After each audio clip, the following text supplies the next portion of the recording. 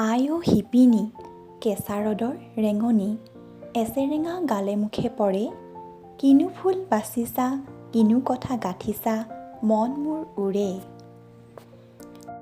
নমস্কাৰ, আজি মই আপোনালোকক দেখুৱাম পাট আৰু মুগা কাপোৰ কেনেদৰে বোৱা হয়। আমি আহিছোঁ নিহাৰিকা চিল্ক ফেক্টৰী আৰু এয়া তাঁতশালবোৰ আপোনালোকে দেখিবলৈ পাইছে। প্ৰতিখন শালতেই বেলেগ বেলেগ ৰঙৰ কাপোৰ বৈ আছে। এই তাঁতশালবোৰ দেখিলে আপোনালোকৰ চকু থৰ হৈ ৰ'ব।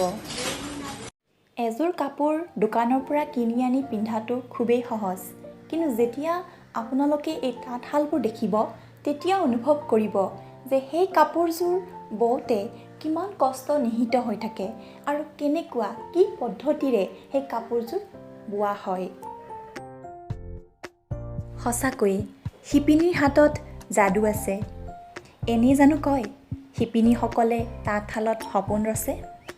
চাওকচোন এই তাঁতশালবোৰ। আৰু যদি ভিডিঅ'টো ভাল লাগিছে লাইক কৰিব, শ্বেয়াৰ কৰিব আৰু চেনেলটি ছাবস্ক্ৰাইব কৰিব। পুনৰ এটি নতুন ভিডিঅ'ৰে আপোনালোকৰ মাজলৈ আহি আছোঁ। তেতিয়ালৈকে ধন্যবাদ।